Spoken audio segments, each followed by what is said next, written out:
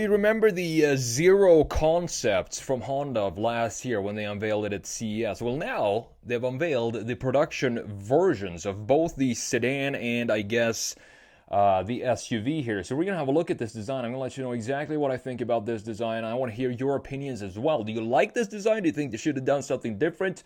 We're going to have a look at the front, side, and rear, and also the interior, of course, in Photoshop, go through all of that. But before we do that, let's have a look at this article from Car Scoops. Let's see what these cars are all about. So these are, I don't think these are the actual production versions. These are like a concept take two. So the second iterations before they go into production. But I do think these look very, very close to what the production versions will look like. And I think that's pretty cool, specifically the sedan. So Honda's Zero Saloon EV looks like a Lambo Gallardo sedan from the future. And they're talking about this one right here. I can see the Lamborghini line here because we have one continuous line from the corner of the front end all the way into the back. Typical Lambo line there. Looks pretty cool. Honda unveiled the more production ready versions. So it's not the, as I said, 100% production versions of its Zero Saloon and SUV at CES 2025. Both models will be manufactured in Ohio, with North American sales starting next year. The two new EVs target over 300 miles of range, likely offering rear and all-wheel drive options. So unlike the endless parade of far-fetching concepts that never see the light of day, these two vehicles are on track to become actual production models, which is great to see. I think it's a pretty funky looking design. As I said, I mean, not really beautiful looking designs, but they were definitely unique. Both the sedan and the SUV will be built in Honda's dedicated EV hub in Ohio. The SUV is set to launch in North America in early 2026, with the sedan following later that year. So the mid-size Zero SUV builds on the foundation of last year's Space Hub minivan concept, but this SUV looks completely different from the concept. There is no resemblance whatsoever to the concept of the show last year, and I think this one looks so much better than the concept, to be honest. But opts for a crossover silhouette that feels more grounded in reality. So the concept had screens in the front end, screens in the grille, which is something that obviously we're never going to make it into production. You have a sharp raked windshield, pixelated headlights, huge trend right now, specifically Ioniq and Hyundai are doing that. They've been doing it for a while. And you also have an illuminated Honda emblem in the front end. You have an upright rear design, might be polarizing. It looks pretty strange. Gonna have a look at that in a minute. A black two-tone roof and chunky D-pillars add some flair, while the U-shaped taillights and slim rear window ensure the back end stands out. And both of these back ends definitely stand out. They look huge. Even if it might not be universally loved, it does have character, and I do agree with that. So the cabin features a screen-dominated cockpit, included a dedicated passenger display and side cameras monitors, replacing traditional mirrors. And this is going to be a maybe not a problem, but I'm not sure if that's going to make it into production here in the States, because I still think it's not legal to have cameras instead of mirrors in the United States because of regulations and stuff. So the Zero Saloon stays true to its low-slung, wedge-shaped concept roots, and you can see it right here, looking very futuristic. Not sure if this is an actual light in here. Gonna have to look at that in detail, but we do have a light that goes right through the front wheel well right here, as you can see. Interesting. So gone are the flamboyant gull-wing doors that we saw in the concept. Stuff like that, obviously not going to make it into a production car, specifically not a Honda production car. The redesigned front end channels unmistakably Gallardo vibes. As I said, I can sort of see that. I mean, yeah, it's chiseled, it has a wedge design, but that's pretty much it. The proportions are not really Lambo to me. You have sliding headlamp covers, adds a retro-futuristic flourish. That is also something that I'm not sure if they're actually going to put that into production. Would be cool to see. Honda has also swapped last year's front screen for a blank panel with illuminated blades at the bottom. Obviously, you can see the screens here. Imagine rock chips and stuff like that. When you're driving on the highway behind a semi, you gotta break the screen instantly. So this was never gonna make it into production, even though I do think this sedan concept looked way cooler with these headlights, pixelated headlights in the front end. Sharply rising windows that terminate a chunky D-pillars on the sedan. You have, again, traditional side mirrors are gone and replaced by cameras. Gonna have to wait and see if that's gonna make it into production. At the rear, Honda has preserved the concept futuristic design with an ovoid lighting signature, and surprise, no rear windshield. I think that is going to be a pretty common thing here. Polestar is doing the same thing. Instead of having a rear window, you just have a camera in the back that feeds into the mirror in the interior. So you have the 5-seater. Zero Saloon shares much of its design flair with the SUV. While toned down compared to last year's concept, it still offers a futuristic vibe. Screens everywhere in these interiors. Screens and super minimalistic interior as well. Typical for the day that we're living in, I guess. As I said before, I'm not a huge fan of these new screens that we have or these new interiors in general.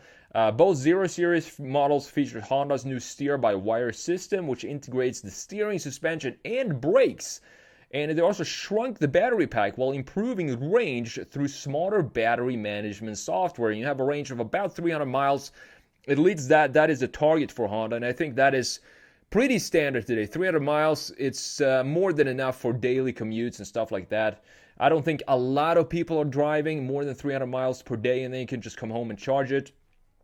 The vehicle's brain will run on Honda's Asimo OS, ties together driver assistance, infotainment screen, and over-the-air updates, learning and adapting to individual driver preferences over time.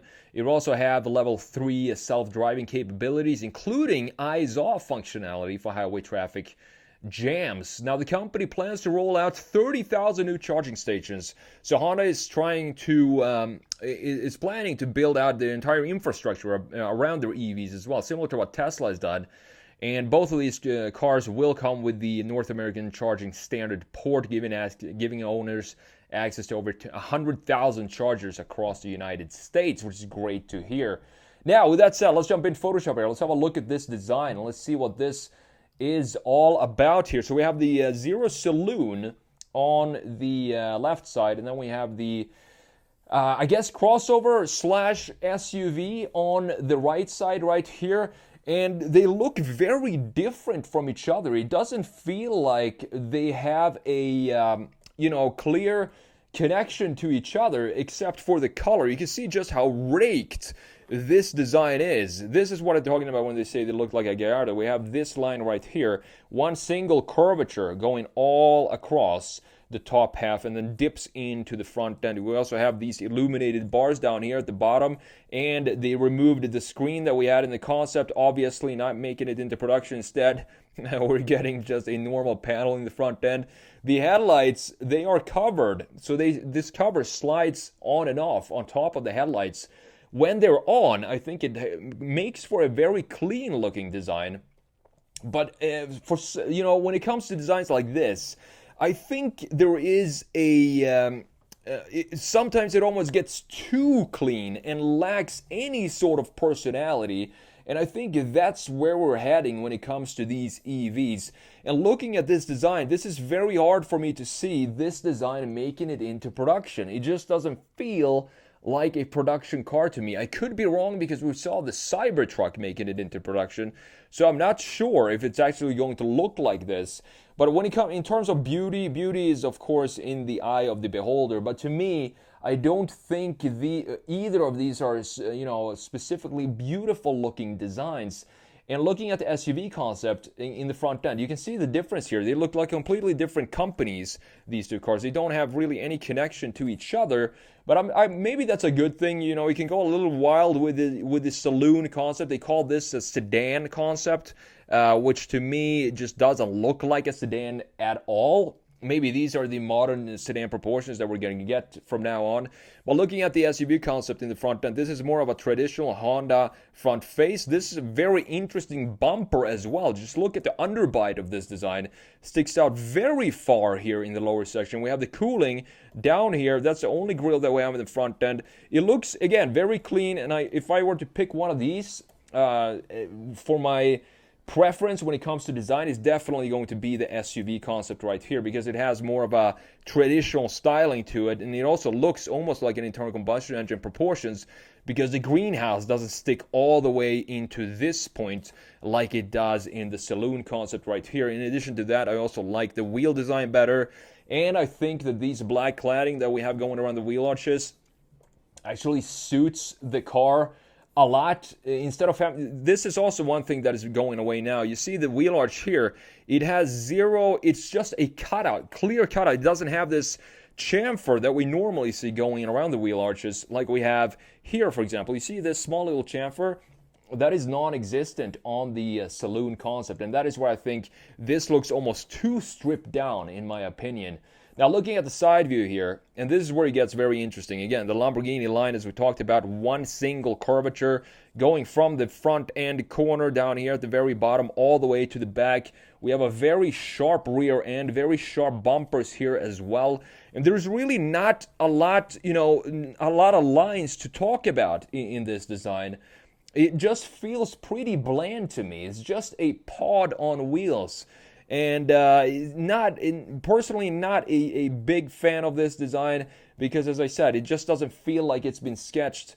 It doesn't feel like it's been hand sketched to me. It feels like this was just a very quick design in a 3D software, and then they said, yeah, we're done with it. We're going to put it out like this. There's really I don't see any passion in this design. Looking at the SUV concept, this to me looks way better, even though it definitely looks in the back here like we have a big backpack or something in the back. Look at the volumes. 100% horizontal or vertical rear end as well. I like that the bumper doesn't stick out as far as it does in the saloon concept right here. Again, the wheels look great. I do like the wheel design. I also like the two-tone that we have here for the roof being black and the body having this blue gray sort of color to it.